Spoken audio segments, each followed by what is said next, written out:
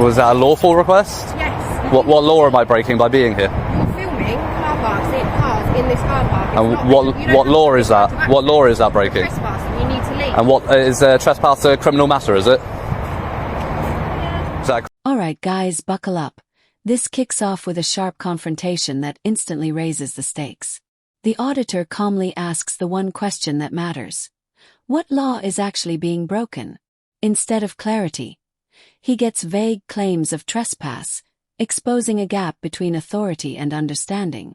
This opening sets the tone perfectly, showing how confidence can be mistaken for correctness, and why knowing your rights changes everything in moments like this.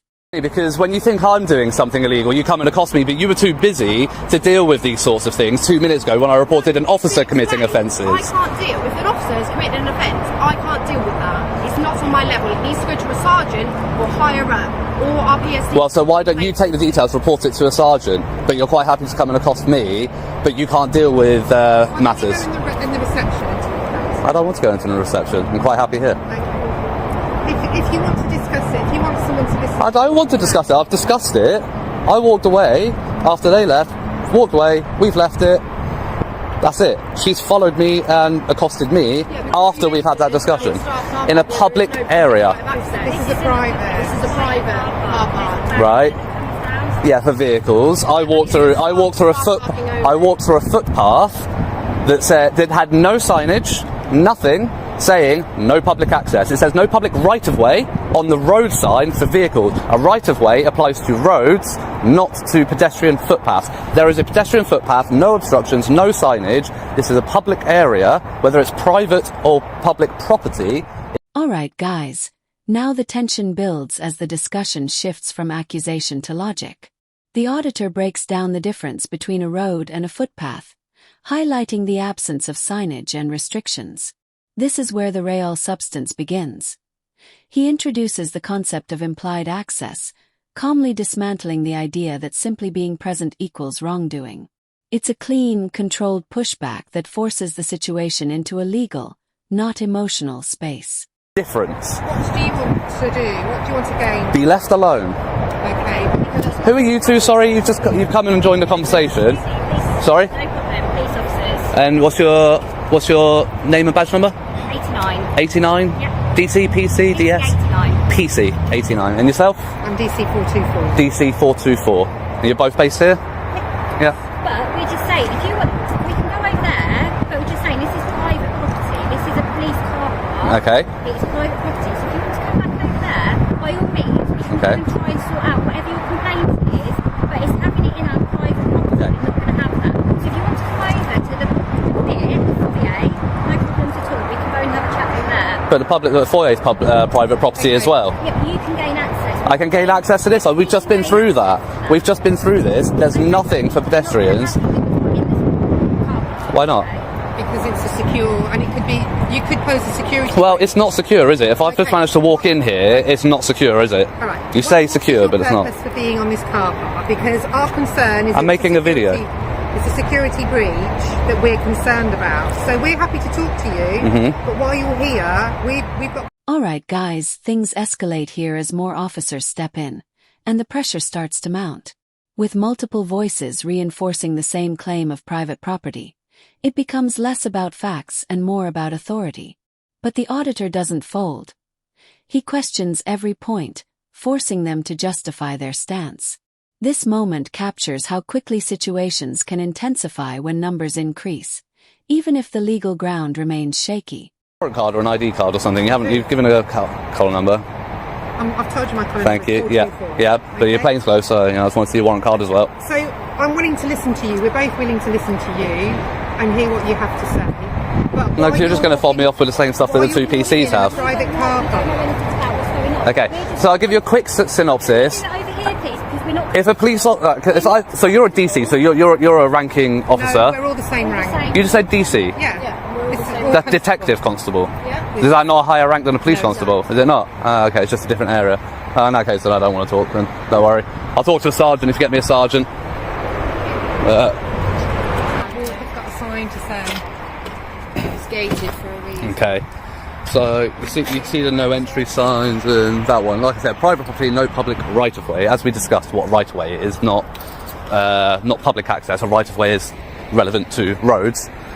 That's what a right of way is. A public right of way is a public road that people can access with a vehicle. Yeah. As you can tell, I'm not in a vehicle. I'm not in a vehicle. If it's secure, right? So as you can see there, I'm not going through it all with you. Well, you're going to try and do the whole. Oh, I know this legislation. I know that. I'm not really that fussed. I've just asked you to leave politely. and I've declined. Yeah. I just don't really see the point in you being here. Like I don't know. Well, I don't see the point in you being here either. But there we go. Right, this is my job. This is my job. I'm at work. It's my working place. Yeah, it's my place. This is my place of work right now as well. Oh, is it? Yeah. Hello, sir. Thank you. See, sensible. The most sensible person so far. Okay. You a sergeant? Yeah, I am. For my Thank you. Finally. Right. Okay. Well, we'll move away from the PCs because. Are we already standing over there so the cars can move around? Oh well, the cars can move around. I mean, where's the car going to move? Here. It's fine. We've got plenty of room. It's actually really standing We've got over plenty of room. I just want to move away from the PCs, to be honest. I want to talk to you. I don't want to talk to them. So if you can come with me and if you want to talk to me away from the others, that's fine. What I'm saying, sir, is there's operational police vehicles just moving here. That's fine. I'm quite conscious of the road. I've managed this have a conversation with you, but can we just do it there? I've managed this many years. I'll tell you what, after we finish talking, you want to stand back here for a second, we can. Can we just talk over there? I'll tell you what. I'm not trying to be difficult. We can talk on the path here. My name's Pete. What's your name? Pete. Yes. And your collar number, Pete? My name's DS1446, Pete McGill. DS1446. Alright guys, this is where the narrative starts to crack. The officers lean on the idea of a security risk, but the auditor flips it effortlessly. If the space was truly secure, how did he walk in freely? It's a simple but powerful argument that exposes a flaw in reasoning. This segment highlights how assumptions can collapse under basic logic, and how critical thinking can shift the balance in seconds. Literally arrived and witnessed a police constable. Yes. Straight away. First thing, as soon as I get here, parked on the roundabout. Right. On the double yellows. Yeah. Engine on, idling, Okay. on his mobile phone. Right. So I go and approach. Yeah. He winds his window. So I ask him quite bluntly. I say, "Afternoon. Is there a reason you're parked on double yellows with your engine on your mobile phone?" Yeah. He says, "I'm doing work. I'm waiting for a prisoner to come out." And I said, "Okay." I said, "Are you on the phone to emergency services?" Yeah. "Are you paying at a drive-through?" Okay. No, just rolls his window up. Right, okay, so you're saying you've seen an officer there, they've been sat there, Yep. idling it, right? Yeah, so idling's an offence. Yeah. Idling your vehicle. Being on your phone with the engine on, unless you're on the phone to 999, Yeah. or paying at a drive-through. Those are the exceptions to the new legislation. Yeah. Alright guys, now we hit a sharp clash of authority and ego. The conversation turns to rank, and suddenly the focus drifts from law to hierarchy. The auditor refuses to engage in that game and instead demands a sergeant, signaling that he's not interested in circular arguments.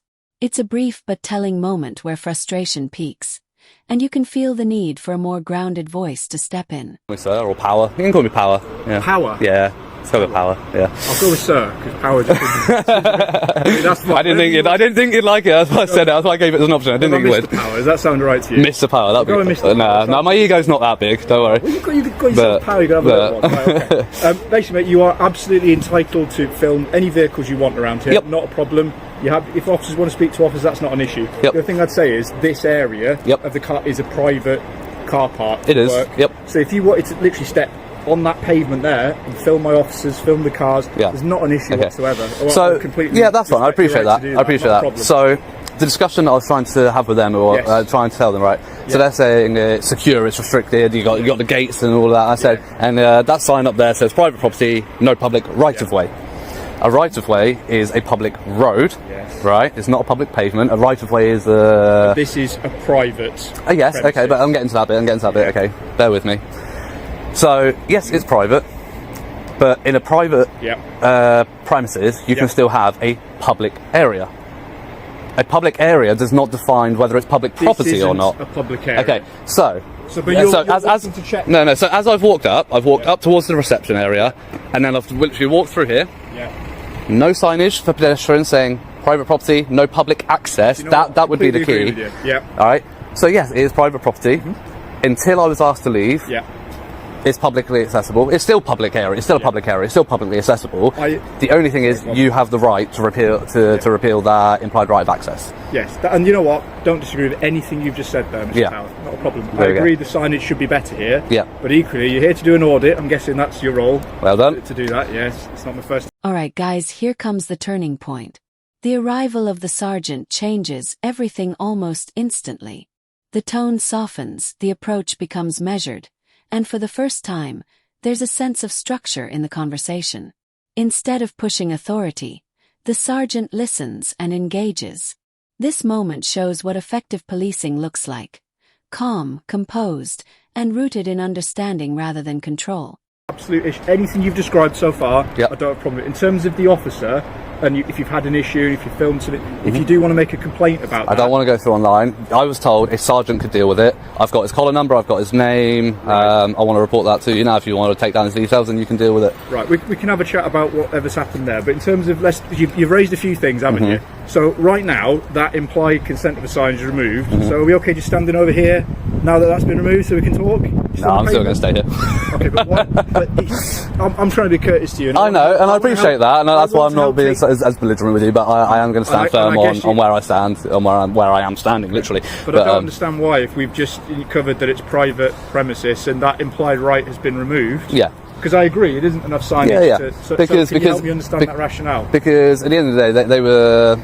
Not a gentleman, I've not met him yet, Yeah. but the ladies were so belligerent about it in the fact that I absolutely couldn't be here and absolutely was doing something wrong, especially the blonde officer. So I tried to raise the incident with the guy parked in his marked vehicle and doing all of that. Tried to raise it with her, was not interested, not her business, because she's a response officer.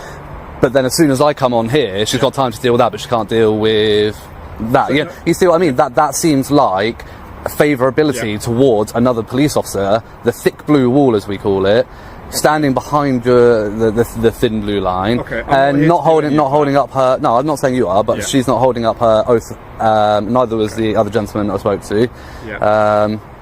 But she's got plenty of time to come and deal with this, apparently, but she doesn't have time to deal with that. What I can say is, if anyone has in any way talked to you and you felt it wasn't being courteous, I can only apologise for that, because ideally we don't want to have that kind of discourse.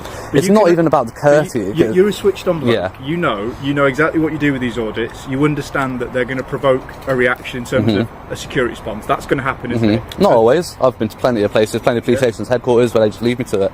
Okay, but I'd imagine they would have spoke to you at some... They would have said hello. They didn't say anything to you. Okay, well that might be because they didn't notice. Generally speaking... No, they see me. They might give a wave, but... in a police station car park going around different cars, we'd usually stop to say, just as I've done with you, I'm not demanding your details, you don't give me them, as you bloody well know, not trying to make your life in any way difficult, and in fact, I want to help enable you to do your audit and what you want to do, but as you've just explained, once that right has been revoked for the private premises, it's been revoked. Right. So the fact that you have been treated poorly, or you feel like someone's been rude to you, that doesn't change the fact that no, it's been revoked, does it? And you it doesn't, but once it's been revoked, it becomes an issue of civil trespass, doesn't it? And you knew I was coming with it. You knew I was coming with it. We don't need to go down this. I'm trying to talk from a practical point of view. I know you're talking practically. I know you're talking practically. And we're stood in a disabled bay. I like to talk lawfully. Yes. Okay, so lawfully, I'm not committing any offences. You know, I know you haven't, and you've requested that I leave, and I'm going to politely decline. I'm not going to be rude about it, because you may see it as rude that I'm declining in the first place, but I'm not going to... Alright guys, now the story flips in a big way. What started as scrutiny of the auditor turns into scrutiny of the police themselves. He details an officer allegedly committing traffic offences, shifting the focus to accountability. This is where the purpose of the audit becomes clear. Not confrontation for its own sake, but highlighting behavior that might otherwise go unnoticed. It's a powerful pivot that adds depth to the entire encounter. Trying to leave and conduct police work, that could obviously be obstructing the officers. Oh, sure, I would never do that. No. I've made it this many years, being fully aware of roads and emergency vehicles. You know, I've never been hit by a car yet, so. So how are we rating so far? How are we doing? We had a rough start by the sounds of it on your audit. Has it improved as we're going along? I'd say sorry, 2 seconds. You've been better. Yeah, I must admit. Yeah, so it's a learning experience for me. We don't have this every day. No, it's good to see a sergeant leading by example. Yeah. Hopefully, the PCs and DCs do pick up on your example. I know you want a bit of a reaction. No, I'm not giving a reaction. I'm genuinely stating that I really hope that they pick up on how you've led by example here, and they take some lessons on how you've dealt with this and how you've been so professional calm about it. You're going to make me blush. You and me like this. no, because you have, and you know, you asked my name, but you didn't push it, so that's fine. But other than that, that's just for politeness. I'm not demanding details. No, just, exactly. How would you like me to refer to you? Yeah, and that's absolutely fine. Alright guys, this final stretch brings everything together with clarity and balance. The sergeant acknowledges the legal nuances, agrees on the lack of proper signage, and handles the situation with professionalism. The auditor stands firm without being aggressive, and what we get is a rare, constructive exchange. It ends not with conflict, but with mutual respect and a clear takeaway. Knowledge and composure always win. If you found this breakdown valuable, make sure to like the video, subscribe to the channel, and we'll see you in the next video.